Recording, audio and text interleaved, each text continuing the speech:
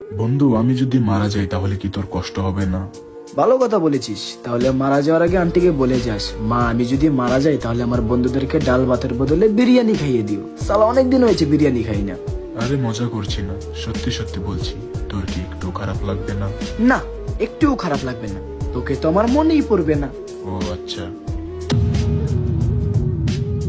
কিরে, কি হয়েছে তোর?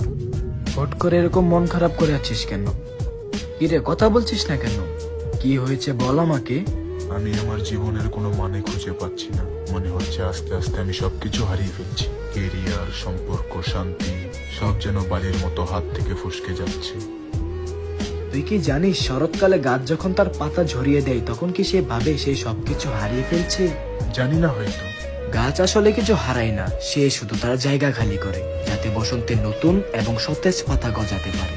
আমাদের লাইফটাও ঠিক তেমনই, মাঝে মধ্যে কিছু হারিয়ে যাওয়া মানে জীবন শেষ হয়ে যাওয়া নয়, বরং নতুন এবং ভালো কিছুর জন্য জায়গা তৈরি হওয়া। তাহলে বসন্ত আসতে এখনো বাকি? বসন্ত আসবেই, শুধু তোকে এই ঝড়ের সময়টাতে নিজের পায়ের উপর শক্তভাবে দাঁড়িয়ে থাকতে হবে। কারণ হারিয়ে যাওয়া মানে শেষ নয় বন্ধু, এটি হলো কামব্যাক করার একটা বড় ইঙ্গিত।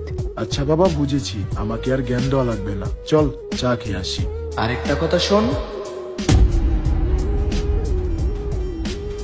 সৃষ্টিকর্তা তোর হাত থেকে ছোট জিনিসগুলো এই জন্যই কেড়ে নিচ্ছেন, কারণ তোর দু হাত খালি না হলে উনি তোকে বড় কোনো উপহার দেবেন কি করে।